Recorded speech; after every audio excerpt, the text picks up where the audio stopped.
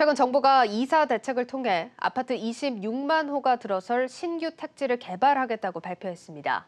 하지만 3년 전 계획한 3기 신도시조차 아직 첫 삽을 뜨지 못하고 있는 상황인데 정부 공급 정책이 속도전에 급급해 파열음을 내고 있다는 지적입니다. 전효성 기자입니다.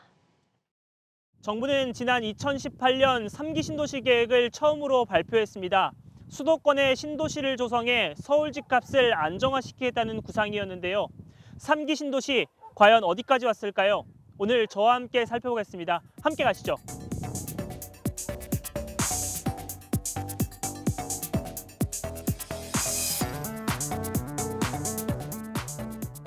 정부의 주택 공급 정책이 발표되기 하루 전인 2월 3일, 60, 70대 고령의 주민들이 LH 사옥 앞에 모였습니다. 3기 신도시와 공공주택지구가 들어설 지역에 거주 중인 원주민입니다. 토지 이용계 사전 공개하라! 지난 2018년 발표된 3기 신도시와 공공주택지구는 여전히 난항을 거듭 중입니다. 아파트를 지을 땅을 사들여야 하는데 토지 보상 단계에서 지체되는 탓입니다. 이들 지역은 대부분 그린벨트로 묶여 있어 감정가를 기준으로 보상하면 헐값 보상이 될 가능성이 높아 원주민 반발이 거셉니다. 원주민들은 3기 신도시에 패스트트랙을 적용하겠다는 정부 방침도 받아들이기 어렵다는 주장입니다.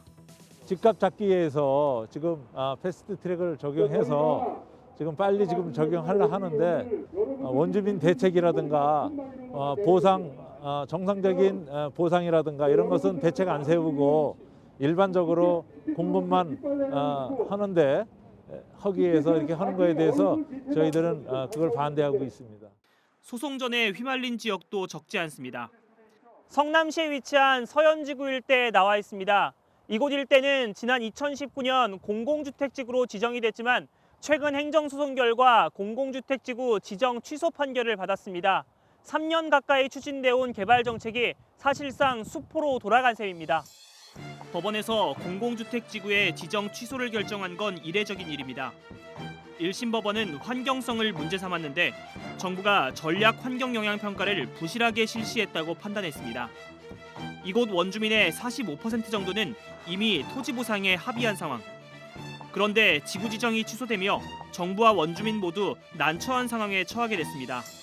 상급심에 따라 결과가 뒤집힐 수도 있지만 소송전이 이어질 수년간 개발은 사실상 멈춰설 수밖에 없습니다.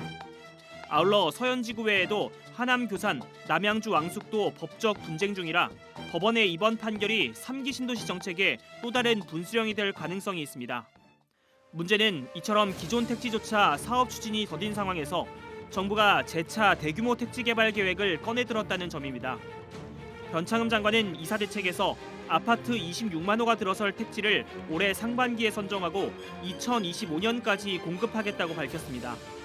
하지만 3년 가까이 토지 확보도 되지 못한 3기 신도시를 되짚어본다면 이번 26만 호 계획도 예상보다 긴 시간이 걸릴 거란 지적이 나옵니다.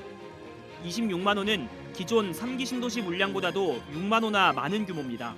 3기 신도시가 아직도 토지 보상 중이고 언제 착공할지도 모르는데 이사 대책으로 공급을 늘리겠다고 하는 대책은 긍정적으로 볼 수 있지만 동시에 입주 물량이 만약에 돌아오고 조절이 안 된다면 주택가격 하락을 가져올 수가 있습니다. 정부가 주택 공급은 계획적 체계적으로 아마 추진되어야 할 거라고 보여집니다.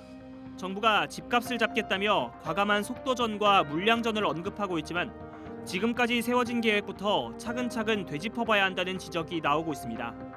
지금까지 전효성의 시크릿 부동산입니다.